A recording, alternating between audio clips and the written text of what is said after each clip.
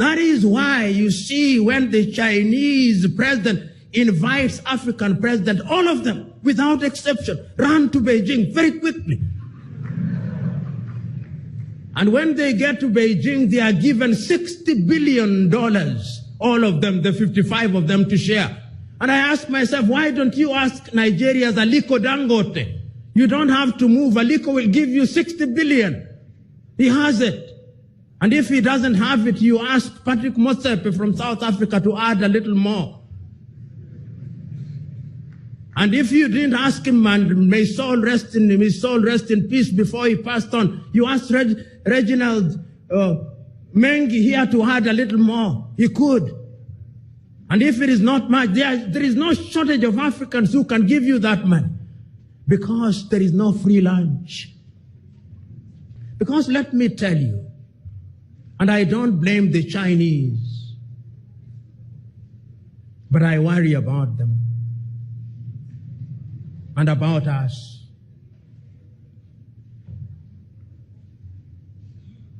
Today, in any African country,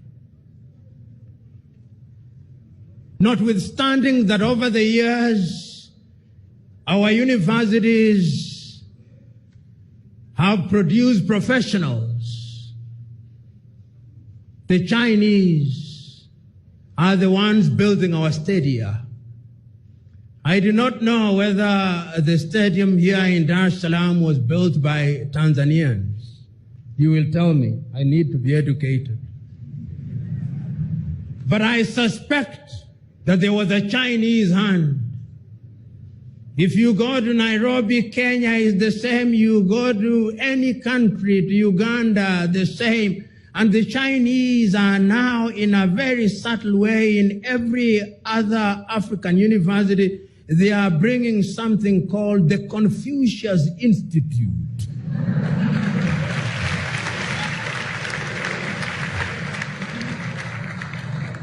Educate me. At the University of Nairobi, there is one. In Makerere, there is one. In Zambia, there is one. My brethren Tanzanians, tell me, do you have one here?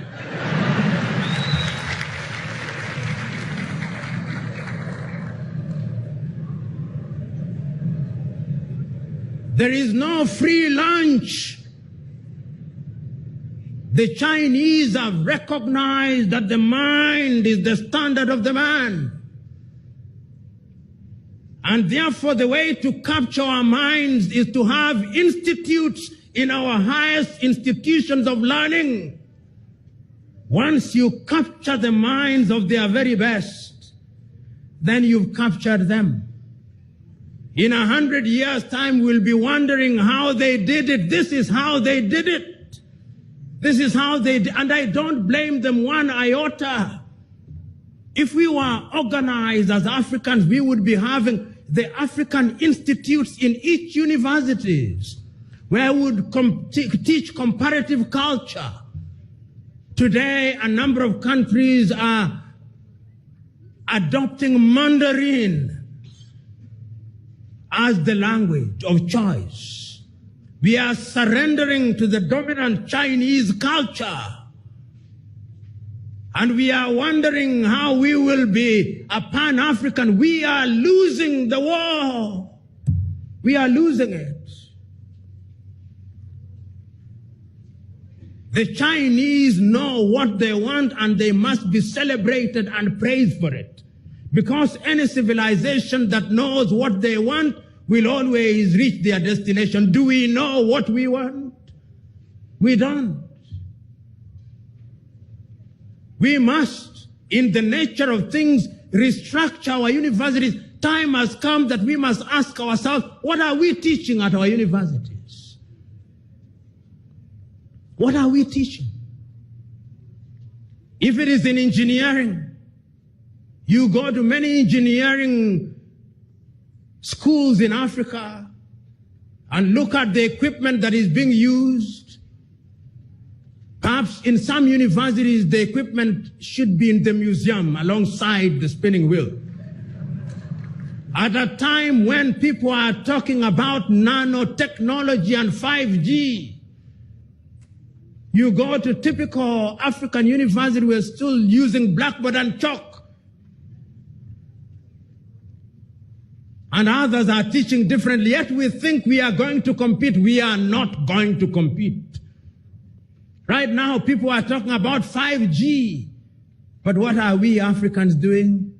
We are watching and observing and celebrating as if we are watching a football match between the United States of America and China, asking which one will win? Because the winner is the one that will conquer us again. It's painful but true. We are not there. We are not in the arena. As the saying goes, you can't win the lottery if you don't buy the ticket. And we have not bought the ticket. No amount of prayer and fasting is going to help us. We can pray and fast all we want, but God is not a magician. God tells you, go ye and subdue the world. We are not subduing the world. The world is subduing us. So what are we teaching? We must begin to think differently for the Pan-African project to succeed. We must begin to act as one unit. Recently in Mozambique, Mother Nature devastated the city of Beira. 90% of it was destroyed. The city of Beira, 90% gone. I waited for Africans to say that we are going to donate 1% of our budget. It is only Namibia and South Africa, and to a certain extent Kenya and a few other countries that went there. But the following week, there was a church in Notre Dame in Paris that burned, and within 1 week, they had raised 1 billion. In fact, more, I think, approaching 1 trillion, including a donation from a traditional chief in Cote d'Ivoire, who was very devastated that one of his brothers or somebody related to him had been baptized at the church in Notre Dame. If you now go to Beira, it is not African engineers who are involved in restoring or African professionals. You will discover that some Portuguese firm, possibly, and some Chinese firm are the ones who are involved. Africa is now in the business of discovering natural gas and oil. Who is exploiting that oil? If it is not Tullow, it is Elf. If it is not Elf, it is ExxonMobil. If it is not ExxonMobil, it is Total.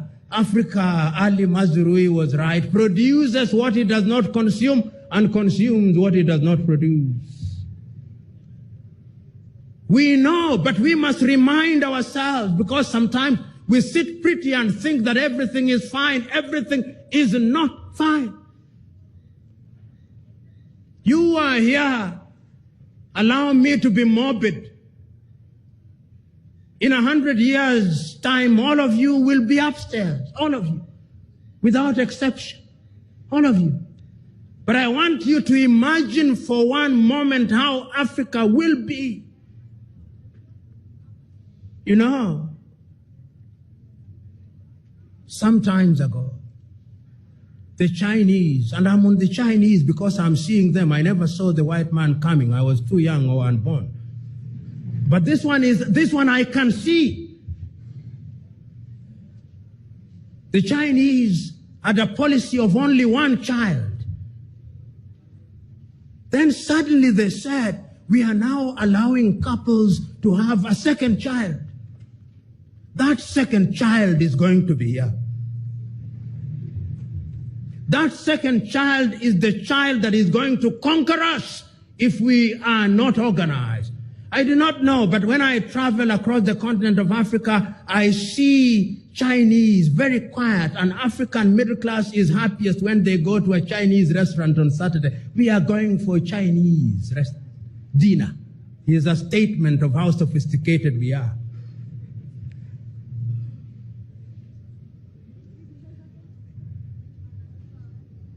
I'm submitting to us that we must do something about it. So, ladies and gentlemen, Africa can be great, and Africa must be great. But we must begin to do something about it. The question is, what are we doing? The problem that some of us have is that we feel helpless. We hold the view that we are not in political positions and therefore we cannot influence processes. My good friend Polepole is here, and he is a politician whom I know. The question is, what must you do within your systems in the political arena to begin to energize processes? One must ask, for example, here in the East African region, what are we doing to ensure that in this region we think as one? I fly from Nairobi 1 hour, 5 minutes, and I now have to grapple with Tanzanian shilling. My Kenyan shilling becomes suddenly useless. I leave Tanzania, I go to Burundi, I grapple with the Burundian franc. I leave Burundi, I grapple with the with the Rwandese franc. I go to Uganda, I'm grappling with the Ugandan shilling. I move upstairs, I'm dealing with the pound. I move to Angola, I'm dealing with the kwanza. 55, almost 50 currencies, which are effectively useless. Because even the leaders don't believe in them. When the Sudanese head of state is arrested and they search his house, you don't find the Sudanese pound. You find the American dollar. And you find the euro. We also don't have faith in our own currencies. And our currencies are going to remain weak as long as we are not united. So in the East African region, what can we do? I travel and I get to Julius Kambarage International Airport, and I'm told very politely, as is the culture in Tanzania, jaza fomu ya kuingia. And I obey. But should I, after flying for 1 hour, 5 minutes, an American will fly from Boston in Massachusetts to Oakland in California, 6 hours later, no forms filled, no yellow fever certificate, no passport, no new telephone number. The country works. Here, I'm now in 255, having migrated from 254. I'm dealing with Tigo, and even Tigo is not Tanzania. I'm dealing with Airtel, even Airtel is not Tanzania. I'm dealing with Vodafone. We own nothing. Polepole.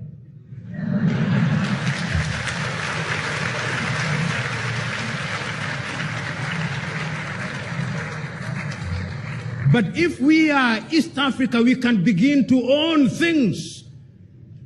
When we begin to negotiate as East Africa and we negotiate with the EU, we begin to make sense to them. But if we are alone,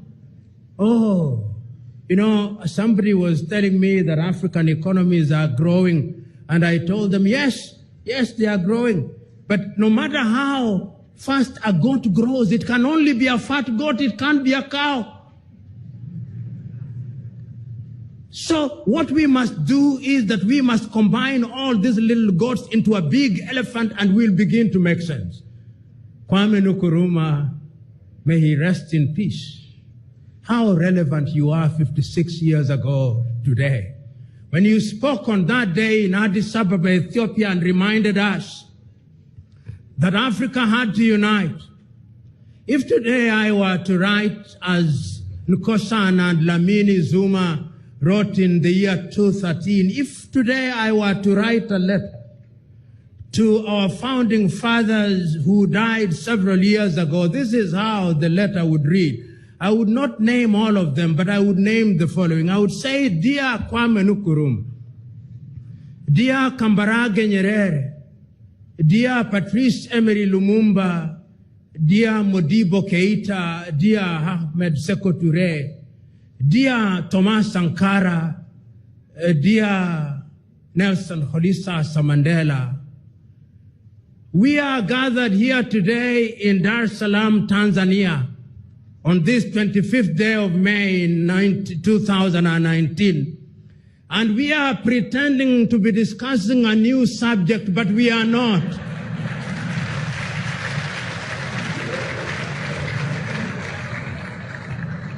In fact, my dear fathers, we are discussing something that you discussed 56 years ago. And we are now recognizing that you warned us that if we did not unite, we will be conquered again. I am sadly reporting to you that we are being conquered again. We are being conquered again in the manner that you feared, and I'm now telling you that this time round our conquest is a little more subtle. I am telling you, Osagyefo, that now, although in 1961 you had created the University of Ghana at Legon, and you had also created the University of Science and Technology, in many African universities we are now accommodating Confucius Institutes. Osagyefo, we do not know what they are going to teach there in 100 years' time. But for the moment, they tell us is aid and that they like us. But Osagyefo, I agree with you, there is no free lunch. We are also sitting here today in Dar es Salaam, Tanzania, the home of your brother, Julius Kambarage Nyerere. And we also are reminding ourselves that Nyerere came up with a philosophy called Ujamaa, which was self-reliance. We can now tell you that in substance, Mwalimu was right. But unfortunately, we are still importing things from Europe. We now have mobile phones, which you did not have when you were alive. But unfortunately, Mwalimu, those mobile phones, none of them is made in Africa. Last week, we saw an attempt by somebody to claim that one was made in Rwanda, but I suspect it was only assembled in Rwanda. Mwalimu, we are trying. I can now also confirm to you that we have many political parties, just as you feared, Osagyefo.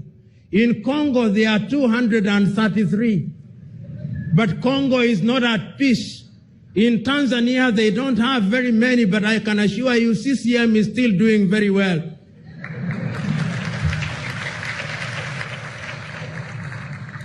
But Tanzania is the exception rather than the rule. After every election, Mwalimu, we fight. In Kenya, we did. Then we shake hands. Then we fight. Then we shake them again. We are in the business of shaking hands. In Central Africa, we are fighting. Our young men and women are drowning in the Mediterranean Sea. We now know you are right. And therefore, going forward, we are today taking a solemn vow that each one of us will use the resources at our disposal, and that we are going as a product of this conference to send a paper which will emanate out of Julius Kambarage Festival, which paper will be sent to the African Union. And that paper will tell the African Union that there is a sense of urgency. And it will not stop there. That paper will also be sent to all the 55 African heads of state, reminding them that there is need for Africa to trade with ourselves, that there is need for Africans to travel on one visa, that there is need for Africans to have one currency, that there is need for Africans to define ourselves. And Osagyefo, I remind you, I remember during your lifetime, you hosted both Malcolm X and Martin Luther King Jr. And I am reminded that at one time he was asking his people in the United States of America how long it would take to unite Africa. We are now telling you that it's not too long. It is not going to be long, because young men and women are now telling us that we unite or we perish. Osagyefo, Mwalimu, Seko, I would have written a longer letter, but I can now see that my audience wants to go for lunch. Permit me, therefore, to stop here in the knowledge that Pan-Africanism is alive and well, and Africa will realize our potential even if it takes 100 years. God bless you. Stop hating me because I don't relate to you like you are God. Stop hating me because I don't talk to you. Talking to you is not by force, but hatred will bring you evil. I may not be talking to you, but I don't hate you. So stop thinking because I don't talk to you, then I hate you. You may not know what is on my mind. You may not know what I am going through. Stop persecuting me. Stop crashing me. That is who you are. It is a lie to say you are a good person, yet you are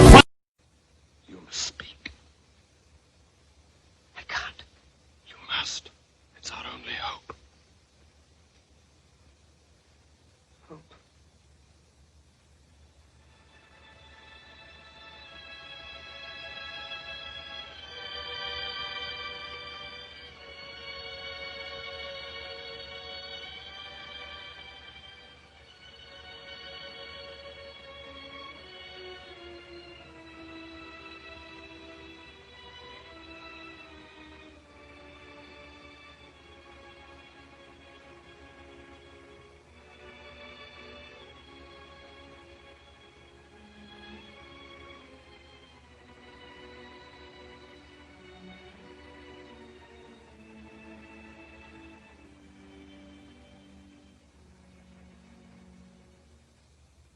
I'm sorry, but I don't want to be an emperor.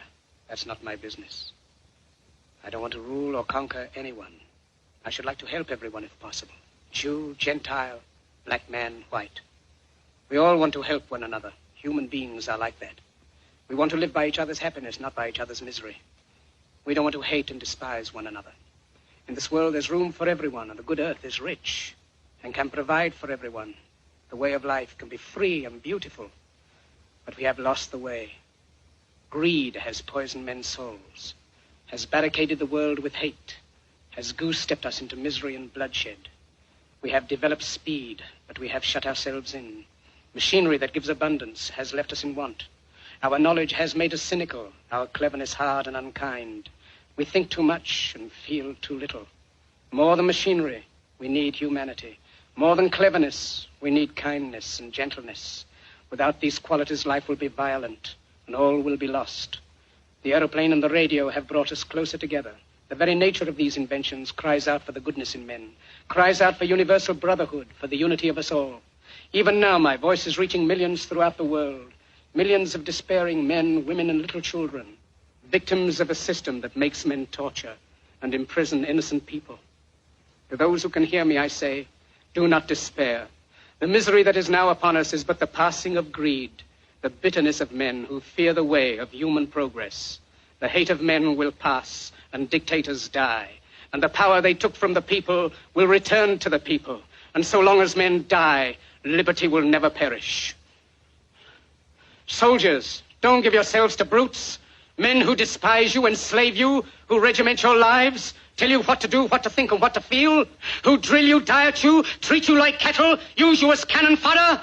Don't give yourselves to these unnatural men with machine minds and machine hearts. You are not machines. You are not cattle. You are men. You have the love of humanity in your hearts. You don't hate. Only the unloved hate. The unloved and the unnatural. Soldiers, don't fight for slavery, fight for liberty. In the 17th chapter of St. Luke it is written, the kingdom of God is within man, not one man nor a group of men, but in all men, in you. You, the people, have the power to create machines, the power to create happiness. You, the people, have the power to make this life free and beautiful, to make this life a wonderful adventure. Then in the name of democracy, let us use that power. Let us all unite. Let us fight for a new world, a decent world, that will give men a chance to work, that will give youth a future and old age a security. By the promise of these things, brutes have risen to power, but they lie. They do not fulfill that promise. They never will. Dictators free themselves, but they enslave the people. Now let us fight to fulfill that promise. Let us fight to free the world, to do away with national barriers, to do away with greed, with hate and intolerance. Let us fight for a world of reason, a world where science and progress will lead to all men's happiness. Soldiers, in the name of democracy, let us all unite!